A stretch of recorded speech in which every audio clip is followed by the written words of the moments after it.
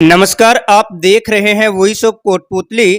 खबर बानसूर से, जहां ग्राम बबेड़ी के झीड़ा की ढाणी निवासी बीए पास युवा किसान किशनलाल गुर्जर युवा जागृति संस्थान के प्रयासों से परंपरागत खेती में नवाचार कर जैविक खेती करते हुए लाखों का मुनाफा कमा रहे हैं और अन्य किसानों को भी इसके लिए प्रेरित कर रहे हैं।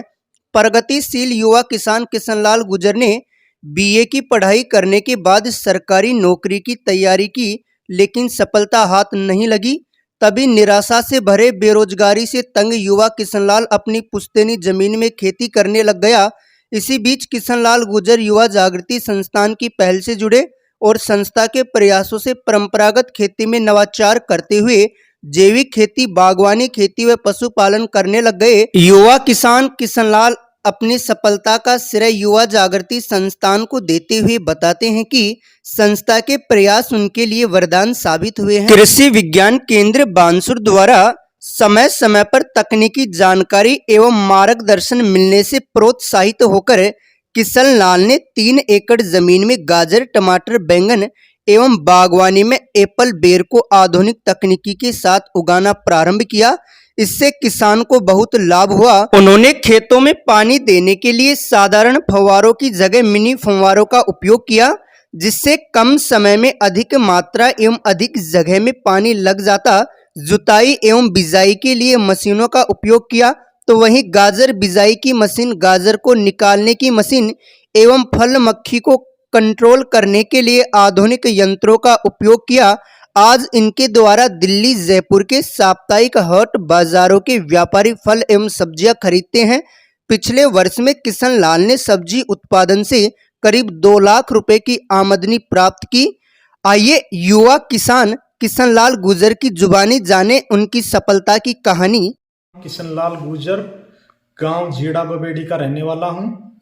मैंने बीए तक पढ़ाई करने के बाद नौकरियों की तलाश की।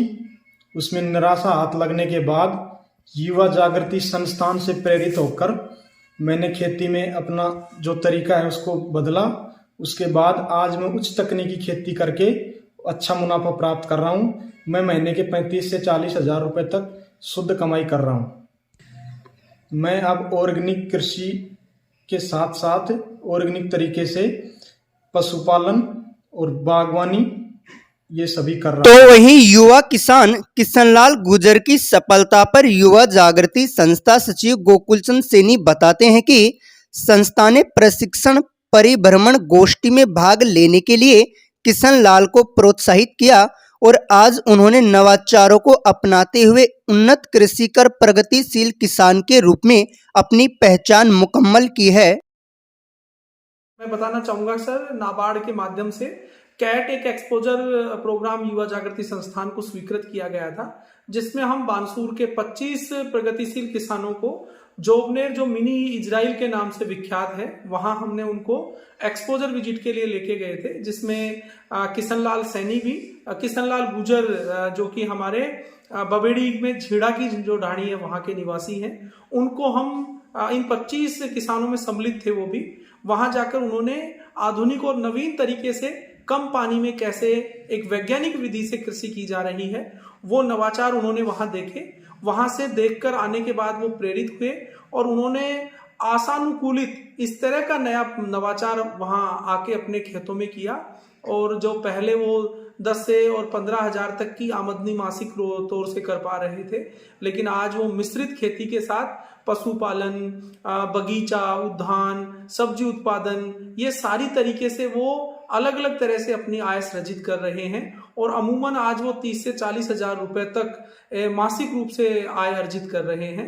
मैं उनके प्रयासों की सराहना करता हूं और साथ में नाबार्ड का भी धन्यवाद देता हूं कि समय समय पर प्रगतिशील किसानों को वो ऐसे नए एक्सपोजर विजिट्स करा के नया सीखने का अवसर